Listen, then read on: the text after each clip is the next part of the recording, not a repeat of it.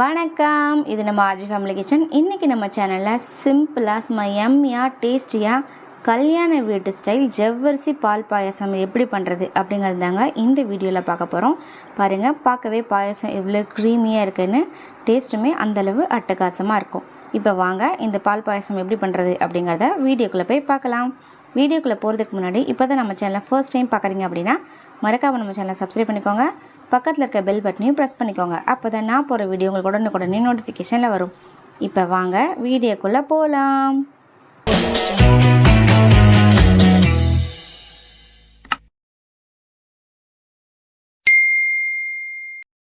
கல்யாண வீட்டு ஸ்பெஷல் பால் பாயசம் எப்படி பண்ணுறதுங்க இந்த வீடியோவில் பார்க்க போகிறோம். அதுக்காக 1 கப் அளவு ஜவ்வரிசி எடுத்துருக்கேங்க.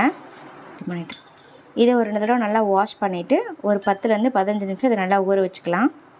2 தடவை வாஷ் பண்ணதுக்கப்புறம் கொஞ்சமாக தண்ணி சேர்த்துட்டு ஒரு 10லேருந்து 15 நிமிஷம் இதை வந்து நல்லா ஊறட்டும்.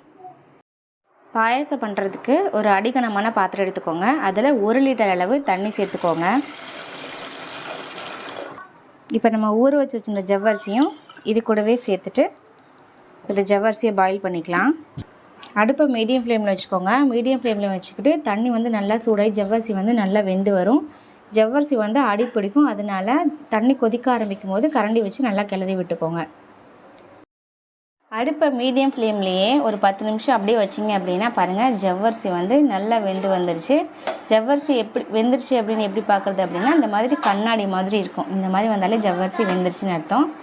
இந்த ஸ்டேஜில் நம்ம வறுத்து வச்சுருந்த சேமியா வந்து சேர்த்துக்கலாம்.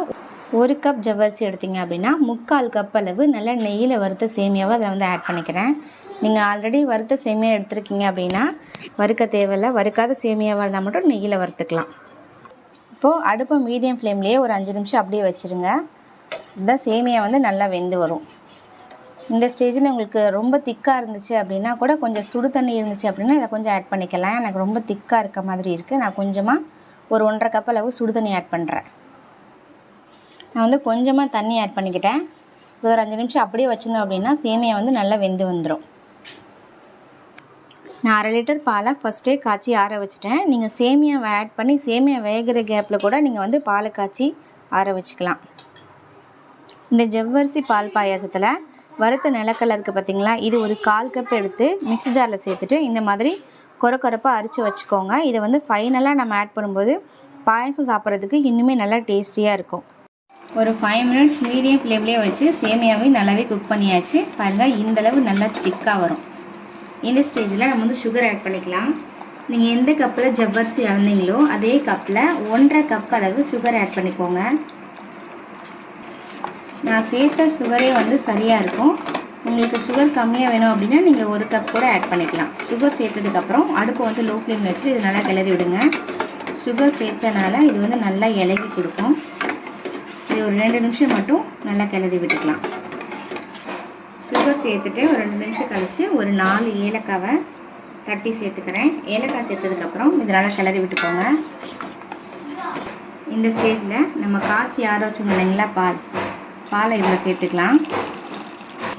பால் ஆட் பண்ணதுக்கப்புறம் ஒரு கொதி வந்தோடனே இதை இறக்கிக்கலாம்.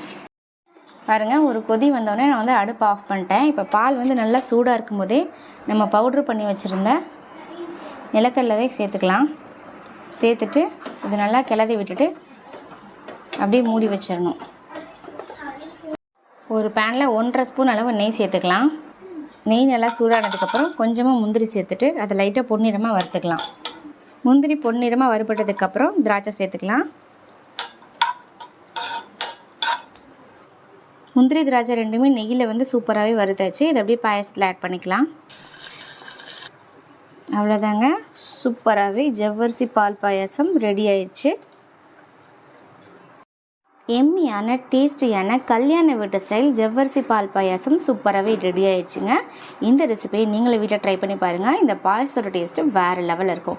இது போன்ற நம்ம வீடியோக்களை தொடர்ந்து பார்ப்பதற்கு நம்ம ஆர்ஜி ஃபேமிலி கிச்சனை லைக் பண்ணுங்கள், ஷேர் பண்ணுங்கள், கமெண்ட் பண்ணுங்கள், மறக்காமல் சப்ஸ்கிரைப் பண்ணிக்கோங்க. தேங்க்யூ ஃபார் வாட்சிங்.